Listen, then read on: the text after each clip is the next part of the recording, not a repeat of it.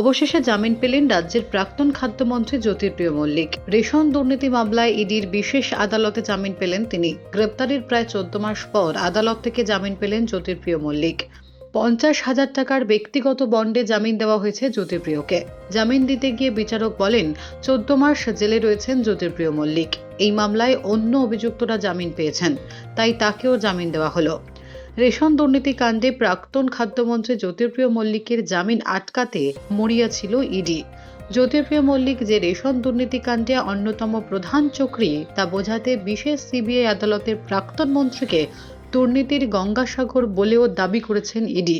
Ration দুর্নীতি কাণ্ডে জ্যোতিপ্রিয়র ভূমিকা বোঝাতে গিয়ে ইডির আইনজীবী বলেছিলেন, গঙ্গা, ভাগীরথী ও অন্য শাখা প্রশাখা যেমন গঙ্গাসাগর এসে মিশেছে, এই দুর্নীতির সমস্ত এসে মিশেছে জ্যোতিপ্রিয়র কাছে।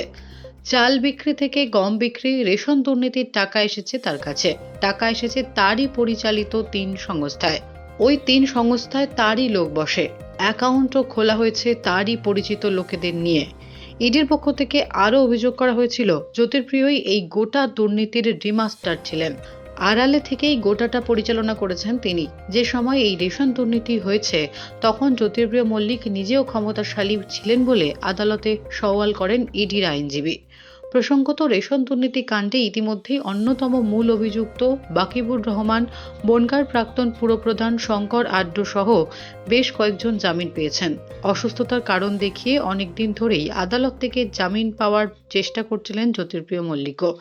যদিও দীর্ঘদিন প্রাক্তন মন্ত্রীর সেই চেষ্টা সফল হয়নি, কিন্তু অবশেষে সেই জামিন পেয়েই গেলেন। Bureau report, Durnibar Bangla news.